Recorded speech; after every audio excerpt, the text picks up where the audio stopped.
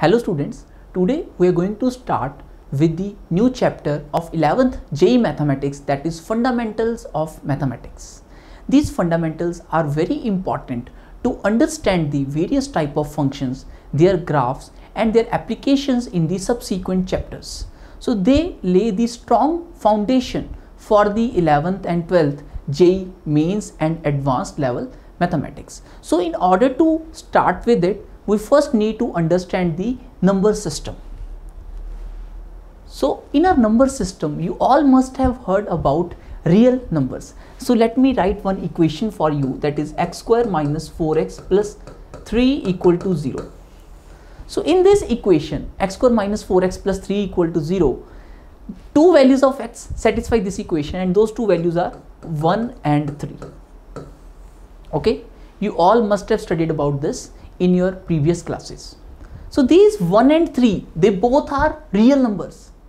These are real values of x that are satisfying this equation.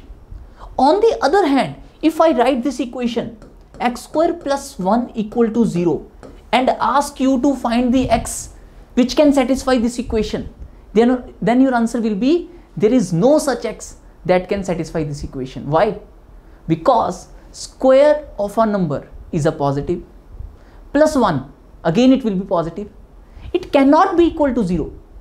It means there is no real number that can satisfy this equation. It means there must be some other number system that can satisfy this equation. So in order to satisfy these type of equations, we defined a different type of number system, that is basically non-real number system. Okay, तो इसको कैसे solve करते हैं? X square की value आ गई -1. Okay, x is equal to plus minus root of -1 and this -1 का root is called as iota. Okay, so all the numbers in the universe, we call them as complex numbers, and these complex numbers are represented by C. So in the complex numbers, we have two type of numbers.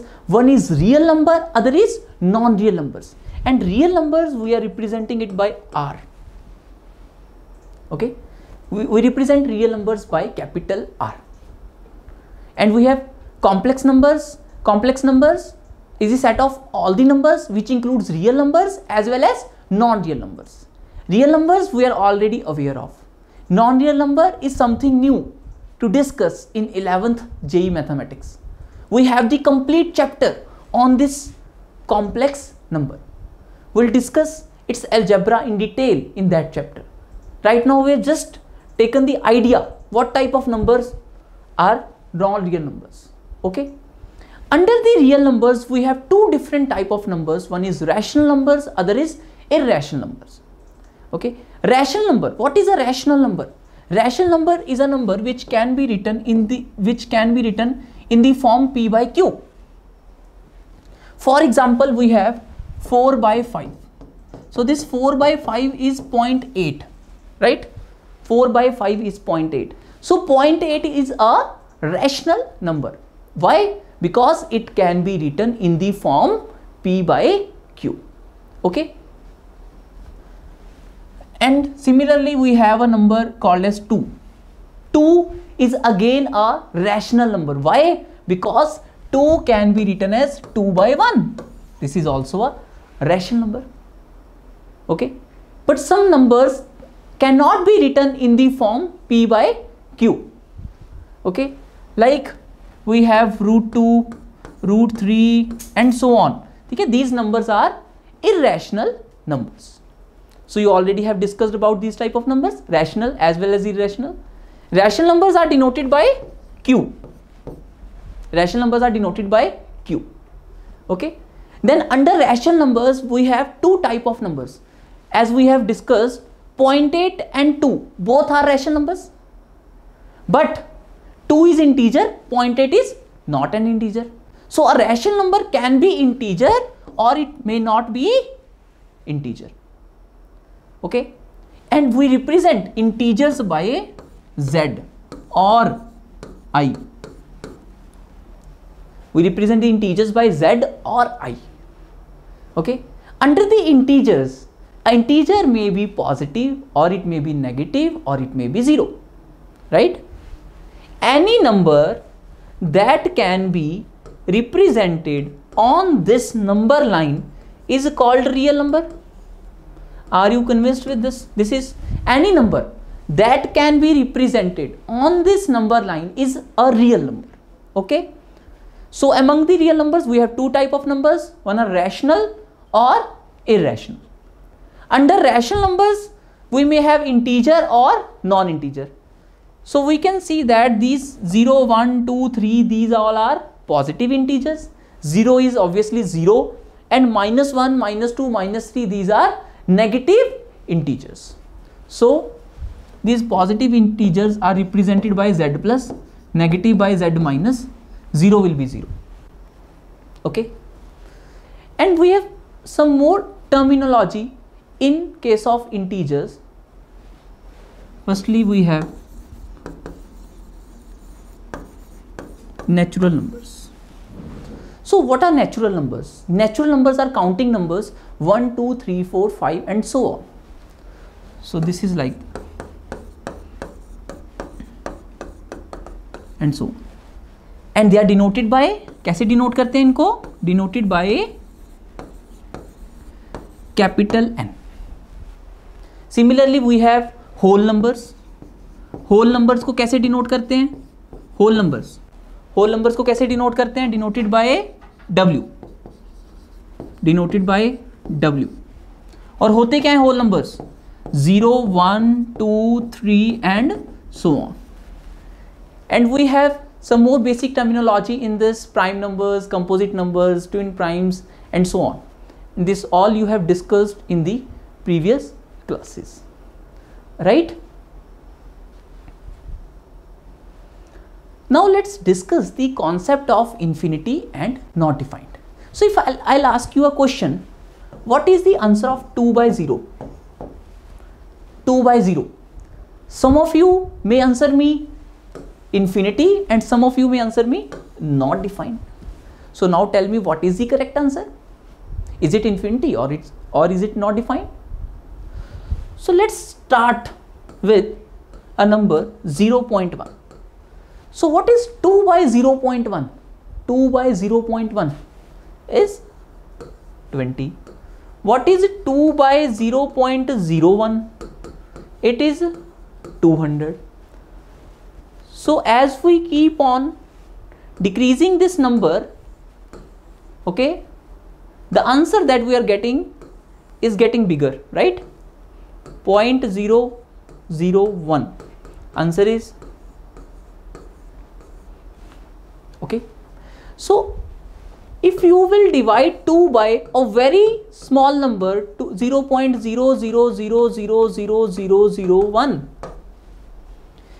ये zeros basically हमने अगर पूरी life let's suppose आपने zeros लगाने में लगा दी 0.0000001, तो उससे भी ज़्यादा जीरोस हैं। सो बेसिकली ये नंबर ज़ीरो के बहुत ज़्यादा क्लोज है। जितनी जीरोस भी आप यहाँ पे इमेजिन कर सकते हो उससे भी ज़्यादा जीरोस लगी हुई है यहाँ पे। तो अगर आप 2 को इतने छोटे नंबर से डिवाइड करोगे the answer will be very very big. जैसे कि हमने यहाँ पे देखा 2 को जब हमने 0.1 से डिवाइड किया answer is 20। As we keep on decreasing this number answer बढ़ता जा रहा है। 2 बाय जब और छोटे नंबर से डिवाइड करेंगे, अब ये नंबर इतना छोटा है जिसके बारे में हम सोच भी नहीं पा रहे। This number is very very small, so the answer will be too big, right? And this too big number is called as infinity. Very very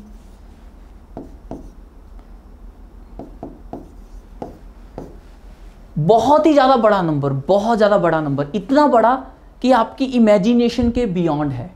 so infinity is just a feeling of a very big number.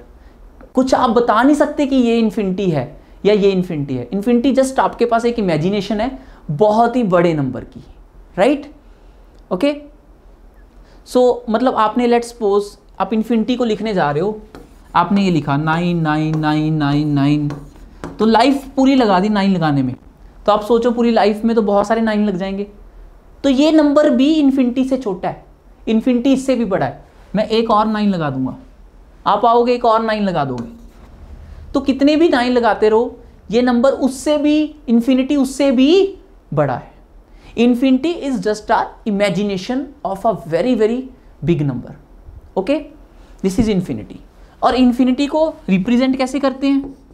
Infinity is represented by, ये infinity का symbol है। Okay, now let's come back to the question. अब हम इसको division को addition के through पढ़ते हैं। If you will add 0.1 20 times, if you will add 0.1 20 times, you will get 2. If you will add 0.01 200 times, you will get 2. If you will add this very small number infinite times, you will get 2. But by adding 0 any number of times, you can never get 2. 0 को कितनी बार भी add कर लो, कभी भी 2 नहीं बन सकता। So that's why 2/0 का जो आंसर है that is not defined. So there is a subtle difference between not defined and infinity. Not defined, that is not possible. It is not possible to divide any number by 0. So never keep any number 0 in the denominator, because no number can be divided by 0, as we have discussed. 2/0 is not defined, it is not infinity. But 2/0.000 something 1, it is infinity. Okay, so this is the difference between infinity and not defined. Clear? Let's discuss further about the intervals. So what is the meaning of interval? Interval is segment of real number line. Okay, तो जैसे कि let's suppose आपको इसको लिखना है x, इसका मतलब क्या है? x greater than equal to 2, x 2 या 2 से बड़ा है, x less than equal to 4, x 4 या 4 से छोटा है, राइट? अगर हमें इस चीज को लिखना है तो how can we write this? तो सबसे पहले हम इसको नंबर लाइन पे रिप्रेजेंट करना सीखते हैं। 2 से 4 को नंबर लाइन पे रिप्रेजेंट करना है। इसका मतलब यह है कि हमें 2 से 4 तक के सारे नंबर्स इंक्लूड करने हैं, राइट? 2 से 4 तक के सारे नंबर्स हमें लेने हैं। और आप बता सकते हो 2 से 4 तक हमारे पास कितने नंबर्स हैं? In the interval 2 to 4 we have infinite numbers, we have infinite numbers, right? किसी भी इंटरवल में इनफाइनाइट नंबर्स होते हैं। 2 से 3 में लगा लो, कितने इनफाइनाइट नंबर्स हैं? 2.1, 2.01, 2.001 and so on. So we have infinite numbers between any two numbers. Okay, so now what is interval? So basically interval is the other way of representing these particular type of inequalities. हमें x को लिखना है कि x 2 से 4 के बीच में है, कुछ भी हो सकता है 2 से 4 के बीच में। इसको लिखने का तरीका, इसको ब्रैकेट की फॉर्म में लिखने का तरीका क्या है? हम क्या लिख देते हैं? x belongs to 2,4. This symbol is belongs to 2,4. 2,4 से क्या हो गया कि 2 से 4 तक के सारे नंबर्स, फिर हमने ब्रैकेट्स लगा दी। अब इन ब्रैकेट्स का मतलब क्या है? इन ब्रैकेट्स का मतलब है कि 2 से 4 तक के हमें सारे नंबर्स लेने हैं, 2 भी लेना है 4 भी लेना है, राइट? 2 से 4 तक के सारे नंबर्स लेने हैं जिसमें कि हमें 2 भी लेना है एंड 4 भी लेना है। ओके, अब अगर हमें यही काम करना होता, 2 से 4 तक x लेना है जिसमें कि हमें ना तो 2 लेना है ना ही 4 लेना है। अगर इसको हमें ब्रैकेट फॉर्म में लिखना है, पहले इसको नंबर लाइन पे रिप्रेजेंट करते हैं। तो आप ये बताओ इसमें और इसमें क्या फर्क है? इसमें 2 और 4 लेने थे, इसमें 2 और 4 इंक्लूड नहीं करने। इसका मतलब हमें 2 से 4 तक के सारे नंबर्स लेने हैं, एक 2 नहीं लेना, एक 4 नहीं लेना। तो जिस नंबर को आपको इंक्लूड नहीं करना होता आप उसके ऊपर ओपन लगा देते हो. So you don't have to include 2 and you don't have to include 4. So दोनों के ऊपर हमने ओपन लगा दिया, right. This is a number line representation of x belongs to 2 to 4, जिसमें कि 2 को इंक्लूड नहीं करना एंड 4 को इंक्लूड नहीं करना. अब इसको ब्रैकेट फॉर्म में समझते हैं कि how to write this in bracket form. इसको ब्रैकेट फॉर्म में कैसे लिखते हैं, x बिलोंग्स टू, अगेन वही 2 से 4 तक सारे नंबर्स लेने हैं, 2 नहीं लेना 4 नहीं लेना. तो जो नंबर आपको इंक्लूड नहीं करना होता आप उसके ऊपर ओपन ब्रैकेट लगा देते हो. We call this bracket as open bracket and we call this bracket as closed bracket. Okay, so this is the concept of brackets. If you want to write these type of inequalities in the interval form, right, we call this closed interval. Why closed interval? क्योंकि आपको 2 से 4 तक के सारे numbers तो लेने थे, साथ में 2 और 4 भी लेने हैं. And we call this as open interval. Why open interval? आपको 2 से 4 तक के सारे नंबर्स लेने हैं, 2 नहीं लेना 4 नहीं लेना. सो 2 और 4 पे हमने क्या लगाया है, ओपन. बाकी सारे नंबर्स हमने ले लिए. This is open interval. अब ये भी तो हो सकता है एक साइड ओपन हो और एक साइड क्लोज्ड हो, जैसे कि यहां पे देखते हैं. अब देखो ध्यान से, हमें 2 या 2 से बड़ा लेना है, 4 से छोटा लेना है. 2 या 2 से बड़ा, तो इसको कैसे रिप्रेजेंट करेंगे, 4 नहीं लेना तो 4 के ऊपर क्या लगाओगे, ओपन, राइट. अब इसको ब्रैकेट फॉर्म में लिखते हैं. What is the bracket representation of this, x belongs to 2 से 4, 2 लेना है 4 नहीं लेना. जो इंक्लूड नहीं करना उसके ऊपर ओपन ब्रैकेट, जो इंक्लूड करना है उसके ऊपर close bracket, right. Next, and similarly we can have open close interval. 2 से 4 लेना है, 2 नहीं लेना 4 लेना है, 2 नहीं लेना 4 लेना है. हाउ टू राइट इट, 2 नहीं लेना 4 लेना है, 2 open 4 closed. This is the representation of 2 to 4, open close. So this is the concept of brackets. हम 2 ब्रैकेट्स के बारे में सीख चुके हैं. One of the bracket is open bracket, other bracket is close bracket. आगे जाके सेट्स में हम थर्ड ब्रैकेट के बारे में भी बात करेंगे. I hope these 2 brackets are clear to all of you. Now let's discuss about how to take the union of 2 intervals. So हमारे पास 2 चीजें हैं. एक तो है कि x 2 से छोटा है, दूसरा है कि x 4 या 4 से बड़ा है, राइट. x 2 से छोटा है, x 2 से छोटा और x 4 या 4 से बड़ा. अब हमें इन दोनों को कंबाइन करना है. वाई? बिकॉज यहां पे क्या लगा हुआ है, और. ओके, तो सबसे पहले इसको नंबर लाइन पे रिप्रेजेंट करने की कोशिश करते हैं. x 2 से छोटा है, 2 से छोटा, ऐसे हो गया, राइट. 2 नहीं लेना, 2 से छोटा लेना है. 4 या 4 से बड़ा, दिस इज 4 या 4 से बड़ा. अब ये बताओ, what is the right most and left most point in the number line. देखो, जो हमारे पास ये नंबर लाइन है, राइट. इस नंबर लाइन पे जो हमारे पास लेफ्ट मोस्ट पॉइंट है, सबसे छोटा नंबर, आपको पता है यहां पे नेगेटिव नंबर्स आने लग जाएंगे, -1, -2, -3, -4 एंड सो ऑन. और ये चलता रहेगा. कहां तक चलेगा हमें नहीं पता, कहां तक चलेगा, एंड तक चलता रहेगा, कभी खत्म नहीं होगा. इसीलिए हम इसको क्या बोल देते हैं, माइनस इन्फिनिटी. ये इन्फानाइट नंबर होगा with the negative sign. Similarly on the right hand side we have plus infinity. एक ऐसा नंबर जिसके बारे में पता नहीं है, बहुत ही ज्यादा बड़ा नंबर है, बहुत बड़ा नंबर है, okay, with the positive sign. तो अगर हमें इसको इंटरवल की फॉर्म में रिप्रेजेंट करना है तो हम कैसे करेंगे, हमें 2 से छोटा चाहिए. 2 से छोटा मतलब यहां से लेके 2 तक, माइनस इन्फिनिटी से 2 तक.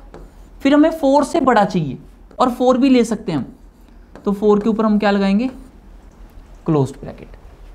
अब ये u क्या है, what is this u? This u is union.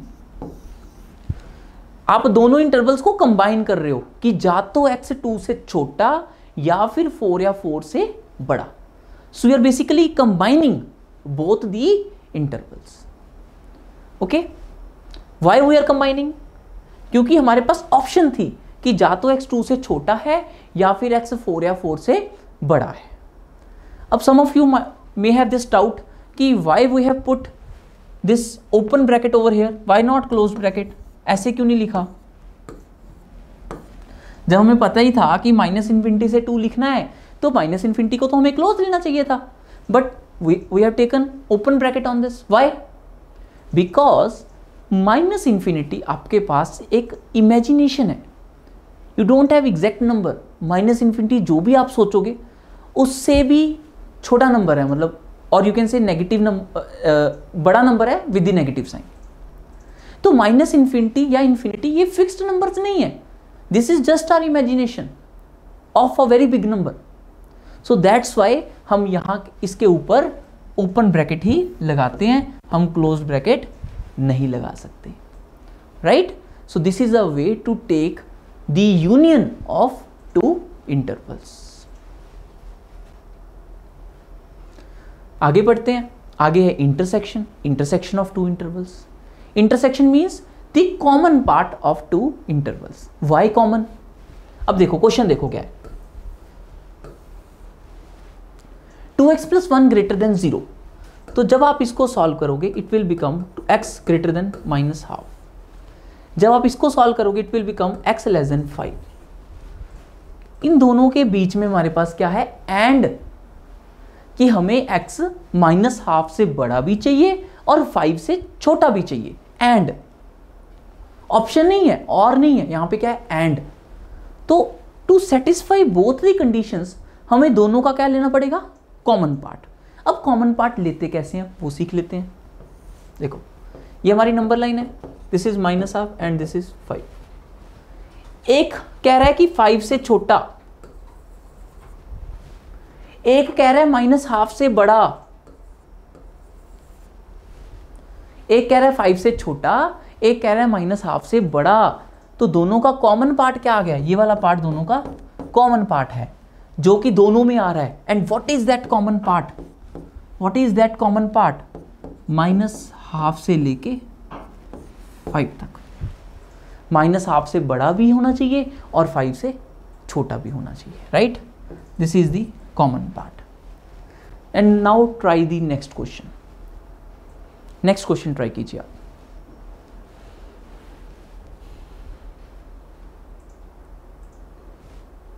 I hope answer आ गया होगा आपका. x > 1 and x < -3/2. क्या ये पॉसिबल है कि x 1 से बड़ा भी हो और -3/2 से छोटा भी हो? ये तो पॉसिबल नहीं है. x 1 से बड़ा भी है, -3/2 से छोटा भी है. ये तो पॉसिबल नहीं है, क्योंकि 1 से बड़े का मतलब क्या है? 1 से बड़े का मतलब क्या है? ये वाला पार्ट. -3/2 से छोटे का मतलब क्या है? ये वाला पार्ट. राइट? तो ये दोनों चीजें एक साथ हो पाना पॉसिबल नहीं है. Okay, both things can not happen together. Okay, तो इसीलिए हम बोलेंगे कि ऐसा कोई भी x नहीं है. No such value of x is possible. आगे जाके हम नेक्स्ट कॉन्सेप्ट में इसको सिंपल एक वर्ड से रिप्रेजेंट करेंगे. x belongs to 5. x belongs to 5 इसको आगे जाके समझते हैं. इसका मतलब होता है कि x खाली है, 5 एम्प्टी सेट. ऐसा कोई x नहीं है जो इसको सेटिस्फाई कर पाए, तो हम बोलते हैं x belongs to 5. Okay, clear? So हमने अभी इंटरवल्स के बारे में डिस्कस किया है कि यूनियन कैसे लेना है, इंटरसेक्शन कैसे लेना है, राइट? और ब्रैकेट्स कैसे यूज करनी है.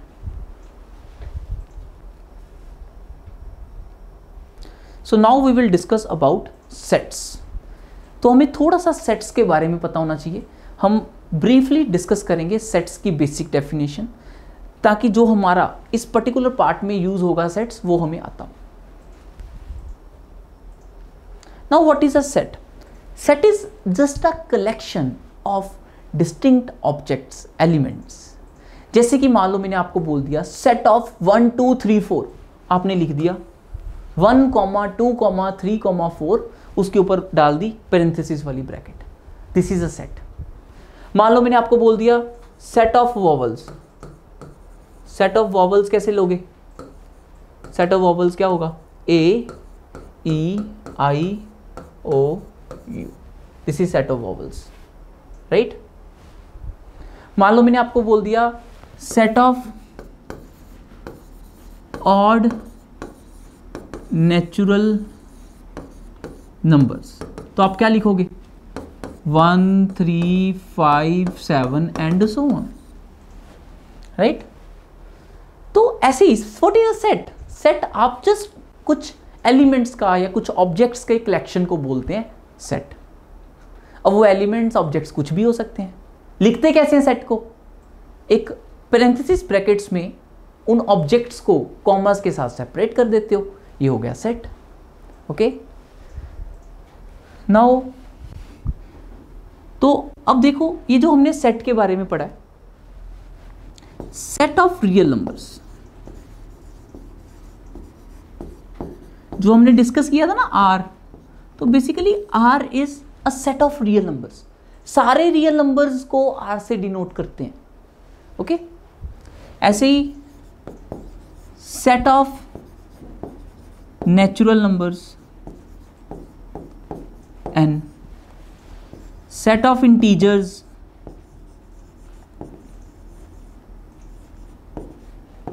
z और i। ओके, तो अब एक बात और समझनी जरूरी है यहां पे कि हमारे पास 1 2 3 4 जो हैं वो ऐसे सेट के एलिमेंट्स हैं। ओके, 1 2 3 4 जो हैं 1 2 3 4 are elements of set S, right. 1 2 3 4 are elements of set S। तो हम ये लिख सकते हैं 1 बिलोंग्स टू S, ऐसे हम लिख सकते हैं 3 बिलोंग्स टू S। इसका मतलब क्या है कि 1 S सेट का एक एलिमेंट है, 3 S सेट का एक एलिमेंट है। तो ये सारे के सारे इसके एलिमेंट्स हैं 1 2 3 4 इस S सेट के। ओके, सिमिलरली अगर लेट्स सपोज कहीं पे लिखा जाता है X belongs to R, X belongs to R, इसका मतलब क्या है? X रियल नंबर्स का एक एलिमेंट है। इसका मतलब क्या हो गया? This implies X is a real number, X एक रियल नंबर है, right. X belongs to R, X एक रियल नंबर है। This symbol is of belongs to. Okay, अब देखो जो हमने सेट्स के बारे में पढ़ा, सेट्स को रिप्रेजेंट करने के we have 2 ways. One is roster form, other is set builder form. अगर तो आप किसी सेट के एलिमेंट्स को एज इट इज लिख दो तो that form is called roster form. जैसे कि हमने अभी किया था, हम करते हैं set of first 5 even integers, set of first 5 even integers, right. First 5 even natural numbers you can say. Okay, so ये हमारे पास एक रोस्टर फॉर्म हो गई। रोस्टर फॉर्म क्या है कि उस सेट के सारे एलिमेंट्स को लिस्ट डाउन कर देना। All elements of the set are listed, right, और आपने उनको कॉमा से सेपरेट कर दिया और फिर फाइनली उसके ऊपर ब्रैकेट्स डाल दी, पैरेंथेसिस डाल दी, ब्रेसेस के अंदर आपने उसको एनक्लोज कर दिया। This is called a set and this set has 5 elements. This set has 5 elements. This is called roster form. Very simple form. If you just list down the elements in the set, then we have the set representation called as roster form. Okay, let's suppose we have something like this.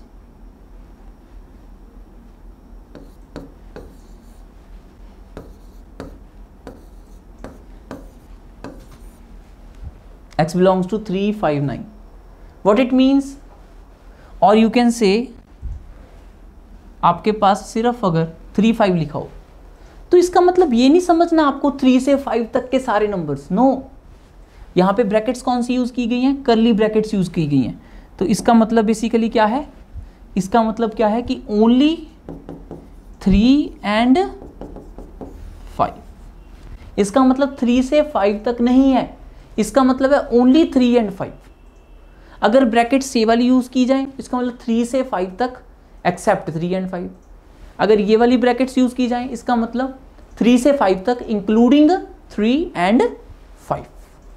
Okay, तो ये हमारी roster form हो गई। तो अब हम पढ़ते हैं set builder form. Set builder form में हम उसी सेट को लिखने का एक दूसरा तरीका है जिसमें आप उसके एलिमेंट्स को नहीं लिखते, आप उसका एक फॉर्मूला जनरेट कर देते हो। जैसे कि हम इसका मतलब समझते हैं कि ये क्या लिखा हुआ है, राइट? ये लिखा हुआ है A इज अ, ये लिखा क्या हुआ है यहाँ पे? A is set of all K। A is a set of all K। वो K कैसा है? वो K एक इंटीजर है। All K belonging to integer. और ये जो ब्रैकेट, ये वाला जो साइन है, this is of such that, ऐसे सभी K का सेट लेना है सच दैट, ताकि ऐसे सभी K का सेट लेना है हमें जो कि सारे के सारे इंटीजर हैं, सच that K is greater than 5। ऐसे सभी K का हमें सेट लेना है जो कि सबके सब इंटीजर्स हैं और 5 से बड़े हैं। तो हमने क्या किया? हम लिखने को तो सिंपली इसको ऐसे भी लिख सकते थे, 6, 7, 8, 9, 10 एंड सो ऑन, ठीक है। बट हमने ऐसे नहीं लिखा, हमने तो फॉर्मूला लिखा है। तो basically writing the elements of set in the terms of formula is called set builder form. Writing the elements directly we call it roster form of set representation. जैसे कि लास्ट में हमने set of first 5 even natural numbers लिखा था। अगर हम इसको formula की फॉर्म में लिखना चाहें तो फॉर्मूला की फॉर्म में कैसे लिखेंगे? A equal to all K, इसको ये वाला सिंबल भी यूज कर लेते हैं या फिर line, vertical line, all K such that K equal to 2P, K 2P के बराबर हो and P is from 1 to 5 and P is a integer. तो ये पूरा फॉर्मूला लिख दिया आपने। ऐसे K लेने हैं जो कि 2 के मल्टीपल्स हों। कितने मल्टीपल्स हों? पहले 5 मल्टीपल्स हों, P1 to 5 and P belong to integer. Okay, so I hope you all are clear about this definition of set and their representation. So this is very easy. Now we have very important set, that is empty set. I have already discussed with you what is empty set. A set that contains no element, जिसमें कोई भी element नहीं है, खाली है। For example question ले एक, मेरा क्वेश्चन है आपसे x² + 2 = 0 and x is real number.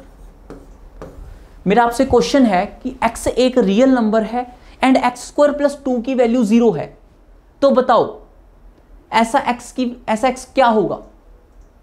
तो हमें पता है कि x² + 2 तो 0 हो ही नहीं सकता जब x एक रियल नंबर है।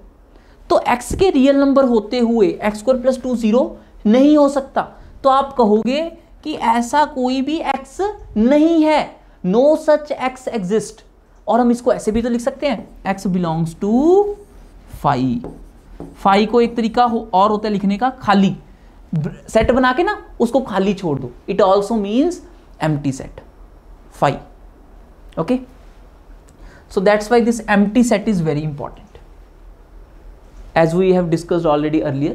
Empty set, the set in which there is no element. Either you can keep you can write just 5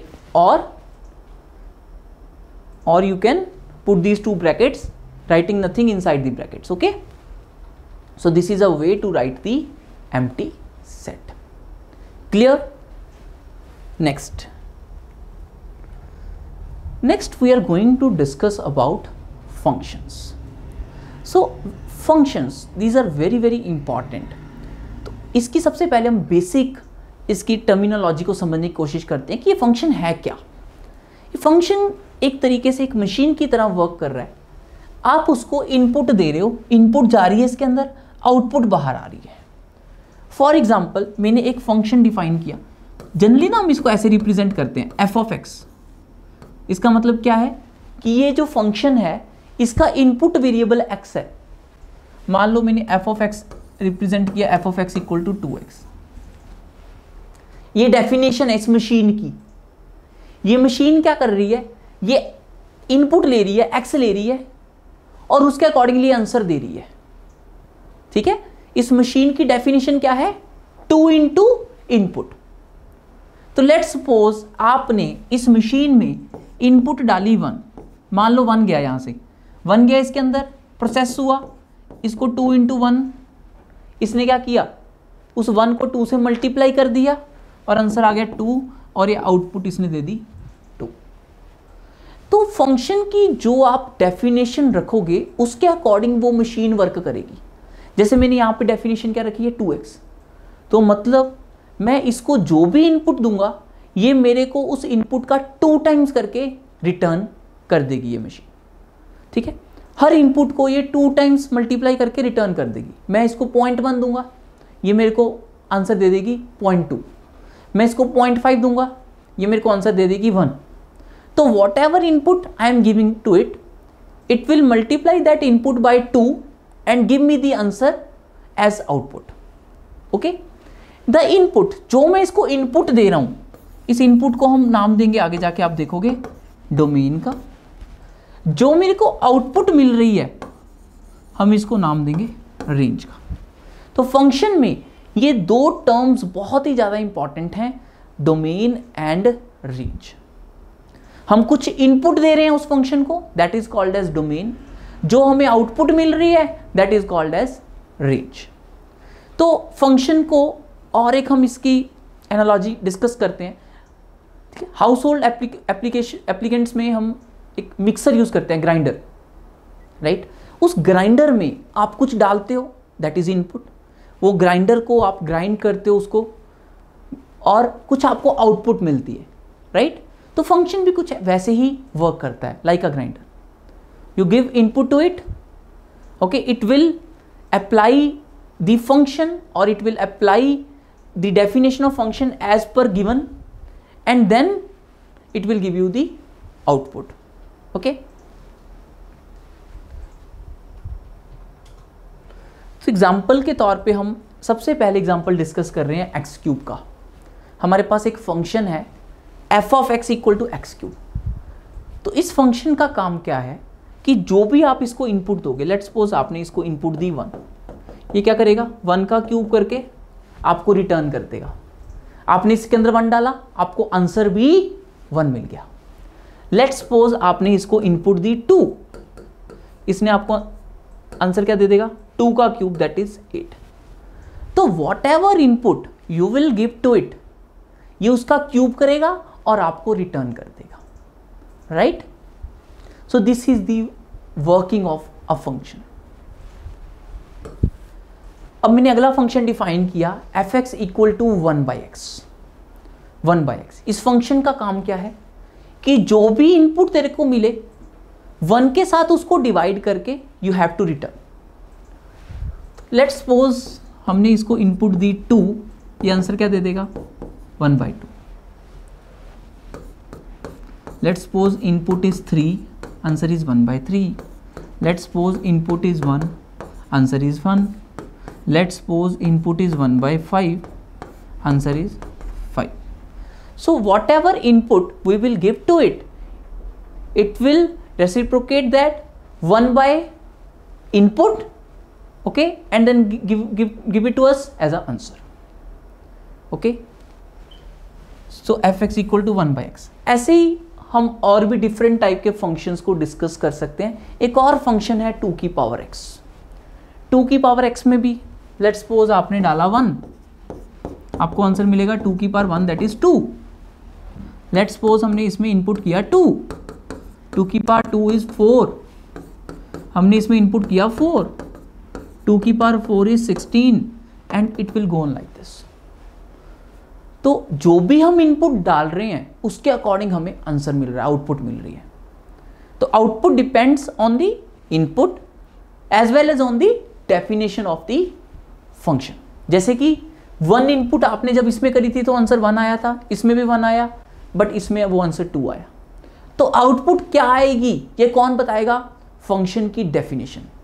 input आपके हाथ में है, आप क्या डाल रहे हो उसके अकॉर्डिंग ही हमें आउटपुट मिल रही है। तो फंक्शन एक मशीन की तरह वर्क कर रहा है in which we are providing the input and we are getting the output accordingly. Okay, तो इस कुछ फंक्शंस के हम बेसिकली थोड़ा सा ग्राफ्स डिस्कस करते हैं। So by discussing those graphs it will be easy to understand the functions. Now what is a graph? Graph is, let's suppose you are plotting y equal to x, y equal to x। तो y equal to x को आपको plot करना आता है। If x is 0 y is 0, if x is 1 y is 1, if x is 2 y is 2, if x is -1 y is -1। तो ऐसे सब x और y पॉइंट्स को इकट्ठा करके जो आप रिप्रेजेंट कर रहे हो, this is called as graph. So what is a graph? Graph is pictorial representation of x, y points satisfying the given equation. Okay, that is a graph.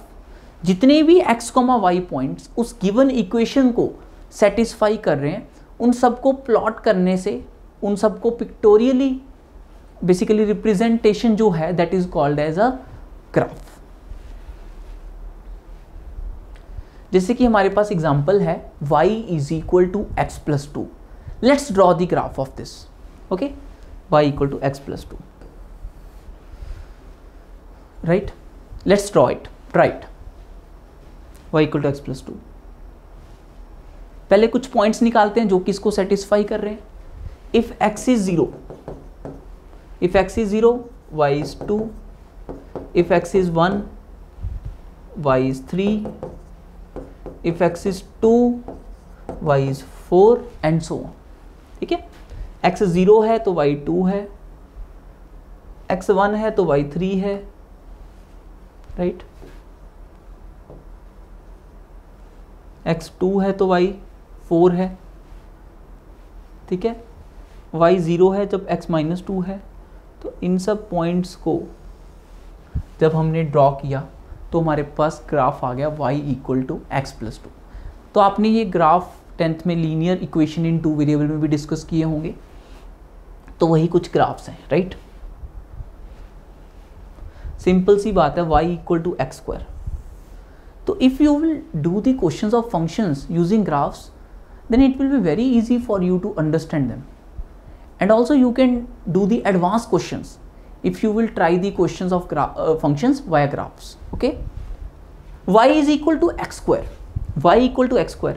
तो इसको कौन कौन से पॉइंट सेटिस्फाई कर रहे हैं? 0 0 सेटिस्फाई कर रहा है, 1 1 सेटिस्फाई कर रहा है, राइट? 2 डालने पे वी आर गेटिंग 4, राइट? -1 डालने पे -1 का स्क्वायर, -1 का स्क्वायर इज 1, -2 डालने पे -2 का स्क्वायर, -2 का स्क्वायर इज 4, राइट?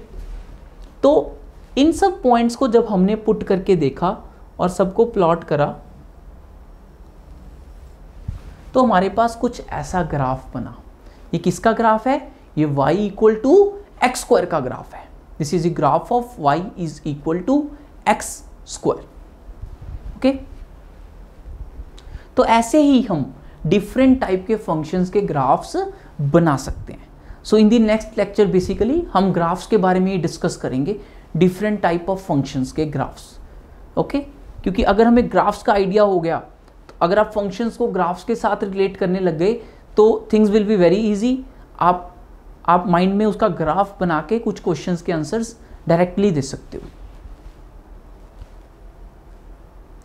तो again coming back to the function के बारे में ही मैथमेटिकली थोड़ा सा और अच्छे से डिस्कस करते हैं। हमने अभी भी पढ़ा था व्हाट इज अ फंक्शन। आप क्या करते हो, इनपुट देते हो और उसके अकॉर्डिंगली आपको आउटपुट मिलती है, right. So this is the mathematical definition of a function, कि फंक्शन को हम ए से बी डिफाइंड करते हैं। What is the meaning of A and B? हमारे पास दो सेट हैं, one is set A, other is a set B. A function is defined from set A to set B, okay, in which every element of set A is related with exactly one element of set B। इसको समझने की कोशिश करते हैं। मैंने आपको example दी थी mixer की, ग्राइंडर की, ओके, ठीक है। तो आपने ग्राइंडर में बेसिकली, ग्राइंडर में आप क्या डालोगे? ग्राइंडर में लेट्स सपोज आपने बनाना डाला और मिल्क डाला, ओके, मिल्क डाला एंड बनाना डाला और आपने उसको ग्राइंड किया, तो आपके पास बन जाएगा बनाना शेक, राइट। तो जो आपकी इनपुट थी that was banana and milk, आपने फिर उसको ऑन किया, उसके बाद आपका फाइनली आउटपुट मिल गई आपको बनाना शेक। तो आप जो फंक्शन में इनपुट डाल रहे हो वो ऐसी वैल्यू इनपुट डालोगे जो कि उस फंक्शन में इनपुट की जा सके। अब ऐसे नहीं है कि आप उस ग्राइंडर में स्टोन्स डाल दोगे। अगर आपने लेट्स सपोज पत्थर डाल दिया उसमें, जिसको कि वो ग्राइंड नहीं कर पा रहा, उसके ब्लेड्स ही टूट जाएंगे, राइट। तो इनपुट शुड बी वैलिड। तो हर इनपुट पे जो भी आप उसमें डालोगे, जिसको भी वो ग्राइंड कर सकता है, उसके ऊपर कोई ना कोई आउटपुट तो आपको मिलेगी ही। So for every input we have the output, but that input should be valid, right. तो वही चीज हमने यहां पे देखी कि ए सेट से बी सेट की एक मैपिंग है, एक रूल है, जिसके थ्रू आप एलिमेंट्स को कनेक्ट कर रहे हो। जैसे कि इस फंक्शन की अगर हम बात करें, जब हमने इसके अंदर 1 डाला तो हमारे पास आंसर क्या आया? 0। जब हमने इसके अंदर 3 डाला तो आंसर क्या आया? 5। जब हमने इसके अंदर 4 डाला आंसर क्या आया? 7। जब हमने इसके अंदर 6 डाला आंसर क्या आया? 2, राइट। तो फंक्शन में क्या हो रहा है, आप कुछ इनपुट डाल रहे हो, उसके अकॉर्डिंग आपको आउटपुट मिल रही है, ओके। ए सेट का हर एलिमेंट का आंसर आ रहा है, और कितने आंसर आ रहे हैं? एक आंसर आ रहा है। अब ऐसे तो नहीं हो सकता कि लेट्स सपोज आपने बनाना और मिल्क डाला था और आपको बनाना शेक भी मिल गया और आपको मिल्क शेक और आपको मैंगो शेक भी मिल गया। तो कोई भी इनपुट है उसके ऊपर आउटपुट एक ही मिलेगी, राइट। वो एक इनपुट के ऊपर मल्टीपल टाइप की आउटपुट्स नहीं मिल सकती। तो मतलब ये पॉसिबल नहीं है कि 1 का आंसर 0 भी आ गया और 1 का आंसर 2 भी आ गया। 1 का एक ही आंसर आएगा और हर किसी का आंसर आएगा। यही 2 चीजें सीखी हमने। एक तो हर वैल्यू का आंसर आएगा ही आएगा, और एक का आंसर 1 आएगा, राइट। एक का आंसर 1 आएगा, right. So this is the basic definition of a function. ये मैथमेटिकल डेफिनेशन है जिसके थ्रू हम मैथमेटिकली देखेंगे कि हमारे पास जो गिवन बेसिकली गिवन जो स्टेटमेंट है वो एक फंक्शन है या एक रिलेशन है, उसको हम आगे जाके डिस्कस करेंगे यूजिंग दिस डेफिनेशन। एक क्वेश्चन को करके देखते हैं, थोड़ी सी और बेटर क्लैरिटी होगी। उस डेफिनेशन को समझने के लिए हमें थोड़ा सा इस क्वेश्चन को करना इंपॉर्टेंट है। देखो अब क्वेश्चन क्या है कि x एक नेचुरल नंबर है और x 4 से छोटा है। तो बताओ ऐसे कौन से नेचुरल नंबर्स हैं जो कि 4 से छोटे हैं? 1 है, 2 है, 3 है, 4, राइट। 1 2 3 4 4 ही हैं जो कि 4 या 4 से छोटे हैं और नेचुरल भी हैं 4 या 4 से छोटे, राइट। अच्छा, अब हमें पता है कि हमारे पास फंक्शन की डेफिनेशन ये दी हुई है।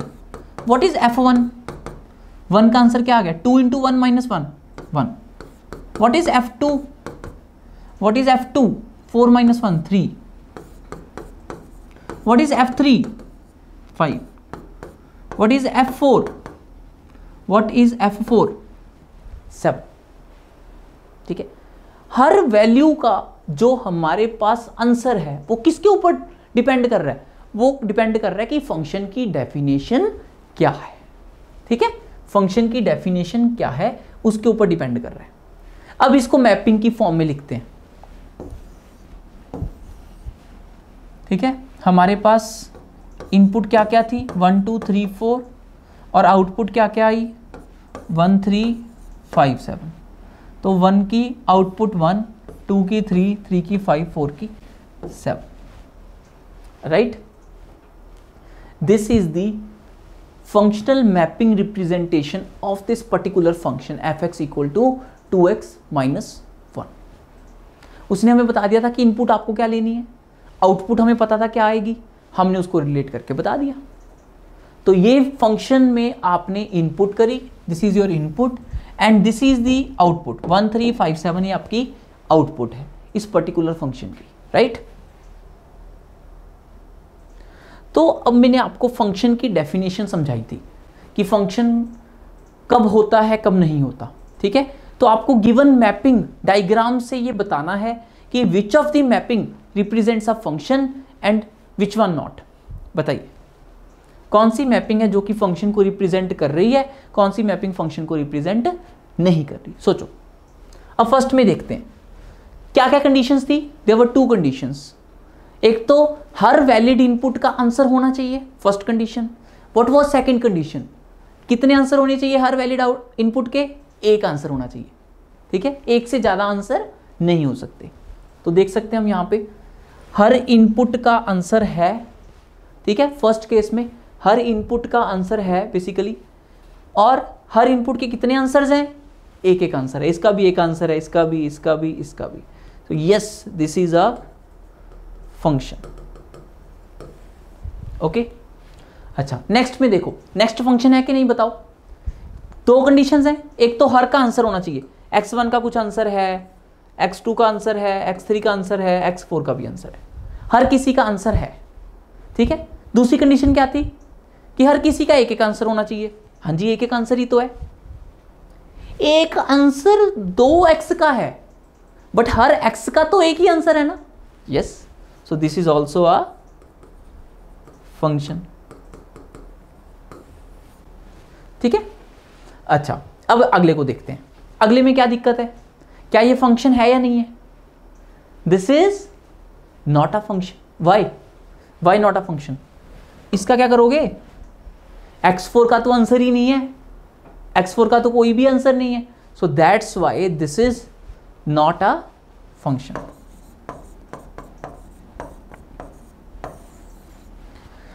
तो फिर ये फंक्शन नहीं है तो क्या है, वो आगे जाके पढ़ेंगे। अगर फंक्शन नहीं है तो हम इसको क्या बोलते हैं, relation. This is not a function, this is a relation, okay. Next देखो, नेक्स्ट में क्या दिक्कत है, एक 2 दिक्कतें हैं। And what are those 2 problems. First problem is कि x4 का आंसर नहीं है, first problem. And what is the second problem with this function, x3 के 2 आंसर्स हैं, x3 का एक आंसर y1 है और एक आंसर y4 है। फंक्शन की डेफिनेशन इस चीज को अलाउ नहीं करती, ठीक है। फंक्शन की डेफिनेशन इसको अलाउ नहीं करती, so that's why this is also a relation, okay. तो इससे आपको ये समझना भी इजी हो जाएगा। अब यहां पे एक बात को समझते हैं। अगर मैं आपसे क्वेश्चन पूछूं √16 की वैल्यू क्या होती है, what is √16। So most of you will answer me plus minus 4. √16 is plus minus 4. Actually, this is wrong. √16 is only 4. √16 का आंसर सिर्फ 4 होता है, ठीक है। जो आप ये करते थे ना, x² = 16, फिर आप क्या करते हो, x = प्लस माइनस √16। ये जो प्लस माइनस आया ये इस स्क्वायर के कारण आया, ना कि अंडर √16 का। अंडर √16 तो 4 ही है, अंडर √16 तो 4 है। This plus minus comes because of this square, x² = 16, okay. तो ये भी एक फंक्शन है, √x एक फंक्शन है। तो आप जो भी डालोगे एक ही आंसर आएगा। तो 16 डालने पे we can have only 1 answer, and that 1 answer is 4, that is not -4, okay. तो एक ही आंसर आएगा, वो होगा 4, right.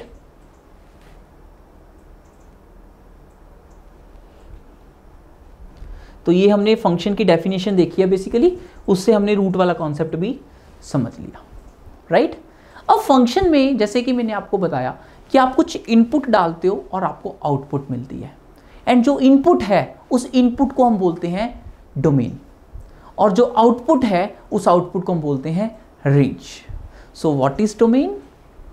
What is domain? Set of all acceptable values of input variable x। वो सारी इनपुट वेरिएबल की एक्सेप्टेबल वैल्यूज को हम डोमेन बोलते हैं, जो कि हम फंक्शन में पुट कर सकते हैं। एग्जांपल देखते हैं, जैसे कि मान लो आपके पास ये फंक्शन है 1/x, तो बताओ इस फंक्शन में आप x की कौन सी वैल्यू नहीं डाल सकते? इस फंक्शन में आप x की कौन सी वैल्यू नहीं डाल सकते? इसमें कुछ भी डाल लो, 1/0.3, -0.5, 4.3, कुछ भी डाल लो, हमेशा आंसर आएगा। सिर्फ एक वैल्यू है जो आप नहीं डाल सकते, and what is that one value? Denominator 0 नहीं हो सकता। तो इसकी डोमेन क्या है कि x कुछ भी हो सकता है, सिर्फ 0 नहीं हो सकता, ठीक है। तो इसको ये लिखने का अलग तरीका है। इसको अच्छा और किस तरीके से लिख सकते थे जो आपने अभी तक सीखा है? -∞ से 0, -∞ से 0 यूनियन 0 से ∞, ठीक है। अब इसी को लिखने का एक और तरीका क्या हो सकता है कि -∞ से ∞ तक के सारे नंबर्स में से 0 निकाल दो, -∞ से ∞ except 0। This is basically except, ठीक है। तो इसकी डोमेन क्या होगी? वो सारे नंबर्स जो कि आप इसमें पुट कर सकते हो। तो 1/x में आप सारे नंबर्स पुट कर सकते हो, सिर्फ क्या नहीं पुट कर सकते? सिर्फ 0 नहीं पुट कर सकते। तो आपने बोला कि domain is all real numbers except 0। 0 can not be entered in this, okay. Now we have these 3 basic questions of domain. तो बताइए सबसे पहले क्वेश्चन का आंसर क्या होगा?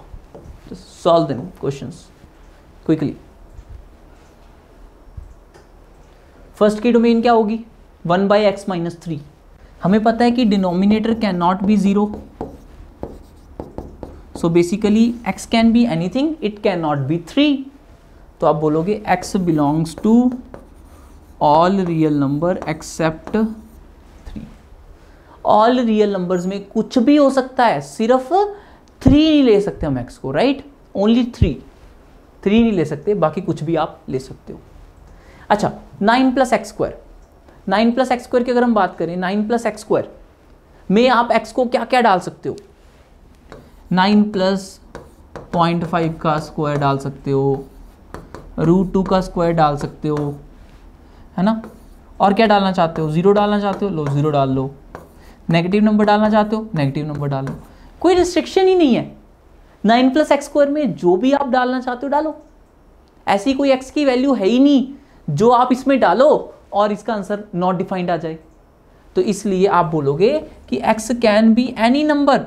एनी नंबर का मतलब क्या हो गया? x can be any real number, x belongs to all real numbers, okay.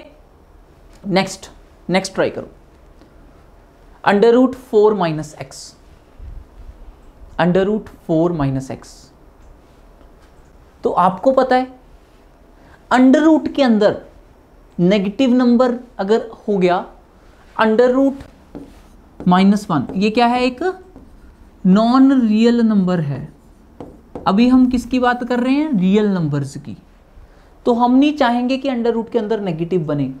Under root के अंदर अगर कुछ भी पॉजिटिव हो, √2 आंसर आता है, पता है हमें। √1.5 पता है, कोई चक्कर नहीं है। √0.25 ये भी पता है।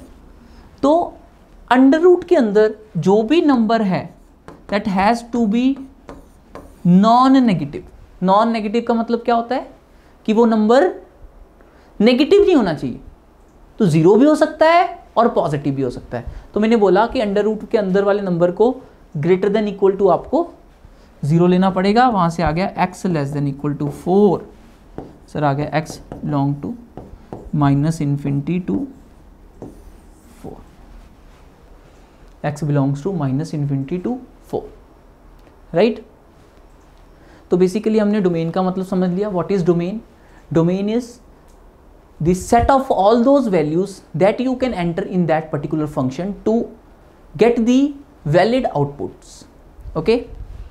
तो हमने इसमें देखा 3 नहीं पुट कर सकते, इसमें x को कुछ भी पुट कर पा रहे हो, इसमें x को आप -∞ से 4 तक ही पुट कर सकते हो, उससे बड़ा पुट करोगे तो ये नंबर नेगेटिव हो जाएगा, और नेगेटिव का अंडर रूट हमें पता है दैट इज नॉट डिफाइंड। तो ये हमने एक आइडिया लिया है डोमेन का कि what is the meaning of domain. So domain basically आपकी इनपुट है जो कि आप उस फंक्शन में पुट कर रहे हो values, right. Now let's come to the range. Now what is range? Range जो आप इनपुट कर रहे थे उसके बाद इनपुट करने से जो आंसर्स आ रहे हैं दैट इज कॉल्ड रेंज। तो what is range? Set of values obtained. कब ऑब्टेन हुई? जब हमने उसके अंदर इनपुट करी। Set of values obtained on inputting all acceptable values of independent variable is called range, ठीक है। तो जैसे कि मैं एक एग्जांपल आपके साथ, एक बेसिक एग्जांपल शेयर करता हूँ, fx equal to x square की, fx equal to x square. तो बताओ इस फंक्शन के आंसर्स कहाँ से कहाँ तक वेरी करेंगे fx equal to x square के? तो इस फंक्शन में आप कुछ भी पुट करो fx equal to x square में। लेट्स सपोज आपने 2 पुट किया, आपका आंसर आ जाएगा 4। हमने इसमें पुट किया -3, आंसर आ जाएगा -3 का स्क्वायर दैट इज 9। तो कुछ भी पुट कर रहे हैं, ये स्क्वायर क्या कर रहा है? उस नेगेटिव नंबर को भी पॉजिटिव बना दे रहा है। पॉजिटिव तो पॉजिटिव है ही, और 0 का आंसर 0 है, ठीक है। तो इन सब आंसर्स को अगर आप कंबाइंड वे में सोचोगे तो आपको पता लगेगा कि जो इस फंक्शन की रेंज है, इस फंक्शन की जो रेंज है दैट इज 0 टू इन्फिनिटी। इसके आंसर्स कहाँ से कहाँ तक वेरी कर रहे हैं? 0 से इन्फिनिटी तक आ रहे हैं, राइट। ओके, तो हम इसको ग्राफिकली भी, देखो मैंने क्वेश्चन नेक्स्ट उसमें भी दिया है, तो हम इसको ग्राफिकली भी डिस्कस कर सकते हैं। सबसे पहले हम इसको डिस्कस करते हैं fx इक्वल टू 3x को। Okay, let's draw its graph. fx equal to 3x, 0 डालने पे आंसर 0, 1 डालने पे आंसर 3, 2 डालने पे आंसर 6, -1 डालने पे आंसर -3, ठीक है। और इन सब वैल्यूज को जब आपने क्लब किया तो ये कुछ ऐसा बन गया, राइट। ओके,